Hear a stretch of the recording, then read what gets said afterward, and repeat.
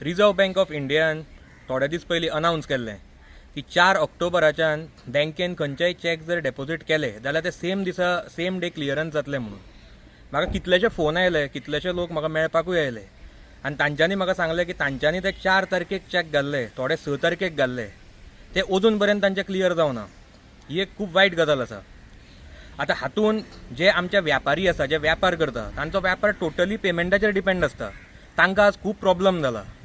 तसोच कितलेशे लोक जे घर चलयतात आनी मडगांवांनूच न्ही जाल्यार मडगांवच्या भायरूय प्रत्येक आज गोंयान हो एक सगळे कडेन पॅनीक सिच्युएशन जाला आनी लोकांक भरपूर त्रास जाल्या. हांव मागता चीफ मिनिस्टरा कडेन, तो फायनान्स मिनिस्टरूय बी, की तांच्यांनी हातून बेगीनचे बेगीन इंटरवीन करचें.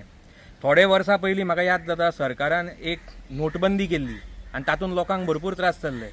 आतां हो एक नवो चॅकबंदी काय कितें, हो एक मोठो प्रश्न पडटा, कित्याक लोकांक हातूनय भरपूर त्रास जाल्या. दुसरें हांव सरकाराक आनी एक सांगपाक सोदतां की आतां दिवाळी सामकी तेंकल्या. फुडल्या आठवड्याच्यान ऑलमोस्ट सगळीं फंक्शनां चालू जातली दिवाळीची. आतां अशा फेस्टीव सिजनान फाटल्या वर्सा तांच्यांनी सिलिंडराचे रेट वाडयले. ह्या वर्सा ऑलरेडी इलेक्ट्रिसिटी टॅरीफ वाडला 4%. आतां थोडे दीस पयलीं टॅक्निकल ग्लिचा खातीर तांकां लोकांक रेशन मेळपाक त्रास जाले. आनी आज हे एक नवें आयकुपाक आयलां आमकां की लोकांक चॅक क्लियरन्स न जावन भरपूर त्रास जाता. हांव चीफ मिनिस्टरा कडेन मागता की तांच्यांनी हातून बेगीनच्या बेगीन इंटरवीन करचें आनी हो प्रॉब्लमांतल्यान आमकां मडगांवकारांक आनी गोंयकारांक बेगीनच्या बेगीन भायर काडचें.